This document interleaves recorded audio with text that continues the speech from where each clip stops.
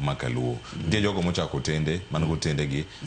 aja kelo gi chenro mar ohala gi mwandu matimo ohala mopogore opogore kaluo kaka timo public private partnerships gi PPPs gi kama gintiere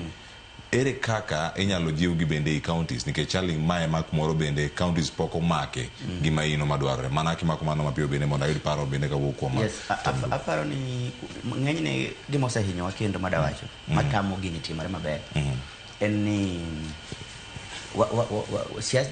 wahero siasa kabisa koro josiasa ng'enyne donjore gi kambi ma private koro sama donjore gi kambi ma private onego iwe ng'at mobiro timo hande ma private no ketne mana lwasi makare mamoro timo hande no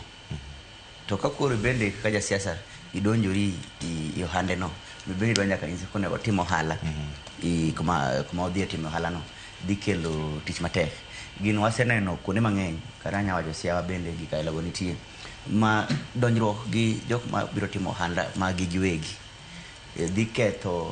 ketho dongruok man kanyo ni kapok ibiro to nitie ng'ama jasiasa ma nyaka rwaki ing'eno onego wapogo siasa gin related lakini onego bene jasiasa ok donjre kabisa go hala mitimo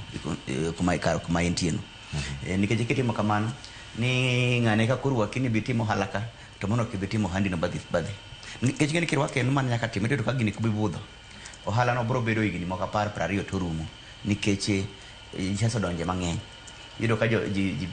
bocha ko tiyo mandamano akene MCA makuro pango mandamano no this businessman must go mbungo pango mandamano this businessman must go gikailago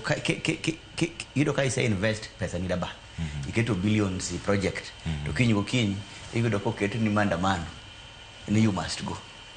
ini bro yie ni iketo handi kamoro mekia ni chieng mane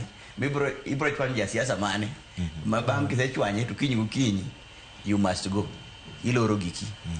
where you spend a lot of money iboido ka koro jiluor dhi kuonda ilago to kwa miyo ji thuolo ma ng'ato ng'eyo kacha kwa dhiga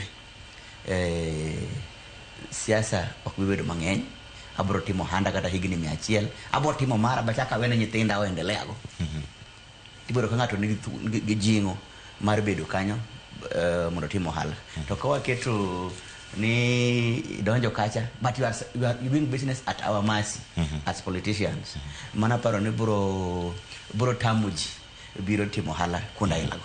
kwa maana inya Ken